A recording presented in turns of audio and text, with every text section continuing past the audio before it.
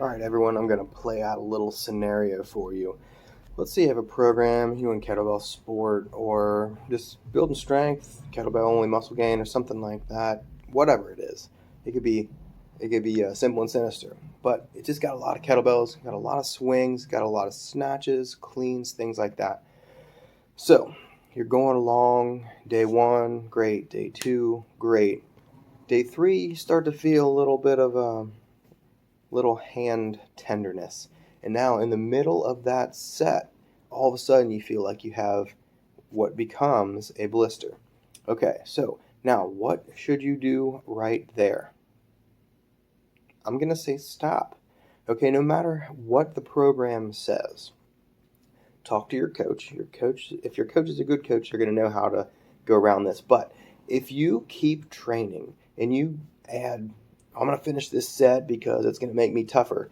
Well, when you have holes in your hand, it's not going to make you any tougher by not being able to train. Okay? And that's the thing. You're going to change your form so much to go around that hole in your palm or in your, right there.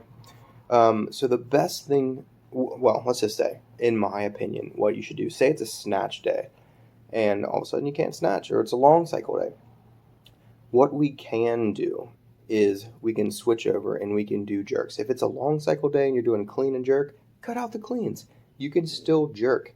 Just be really careful when you're getting, or you can do single arm jerks, things like that, where you can use both hands to take the bell down cautiously, carefully. You can focus on other things. Just get rid of the pulling exercises.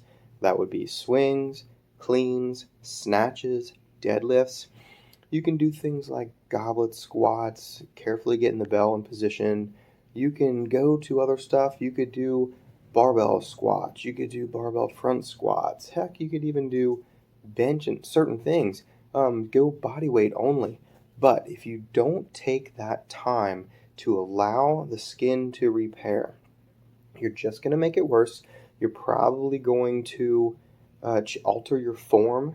Even if you do it for a while, it's just going to alter your form. We want to maintain. Kettlebell sport is so specific.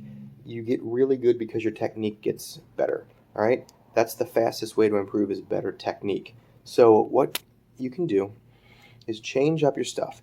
Talk to your coach. If you are your own coach, then say it's okay to miss this day. Maybe even miss this week. It doesn't mean you're not training. Go for GPP, general physical preparation, stuff like that. So general physical prep, things like that. You can work on calisthenics. You can work on cardio. You're not going to lose your form. You're not going to lose your muscle. You're not going to get kicked off the team by your coach if they're a good coach. Things like that. Like, you can always train later. Push it back. Take care of your hands. And then go back into it. All right, so that's my advice on when you get hand tears. Stop as soon as you possibly can. Adjust the days, adjust your training. All right, and when it's ready, go back to it. So now we figured out you're gonna have a blister or you've actually torn your hand. So what to do about it? So once you've stopped training, biggest thing, obviously, clean it up.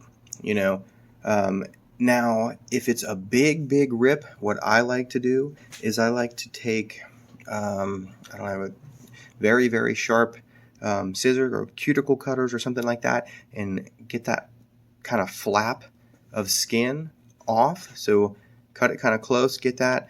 Now, if you have other blisters, okay, not blisters, I'm sorry, calluses. If the calluses are really raised, find something like, for manicures and stuff like that, that can help shave down that raised, rough edge. Okay, so that's usually what happens. Is I tend to do it after I've taken a shower or something like that, when the skin is kind of softer, and you can just rub that down and get that callus lower.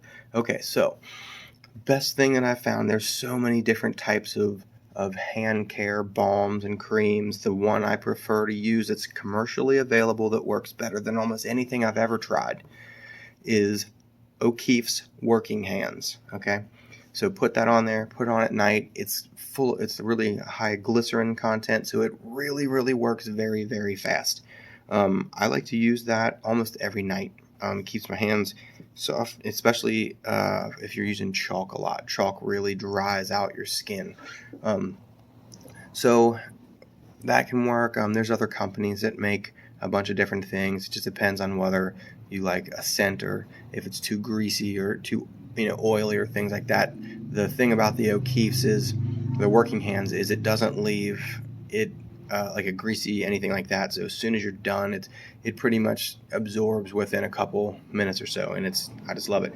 So anyway, give yourself a couple of days of that, and that should help. Remember not to jump in too soon back to training, because you have that that baby skin growing back, that layer of the dermis or something. I don't know. I can't remember what it's called. Anyway, you got to let that grow. You got to let that come back and get stronger to that outer layer of your skin. So hopefully that will help, and you will take care of your rips and maybe stop before you start feeling that kind of hot or wet, squishy feeling before you actually get a blister and then rip. All right, later.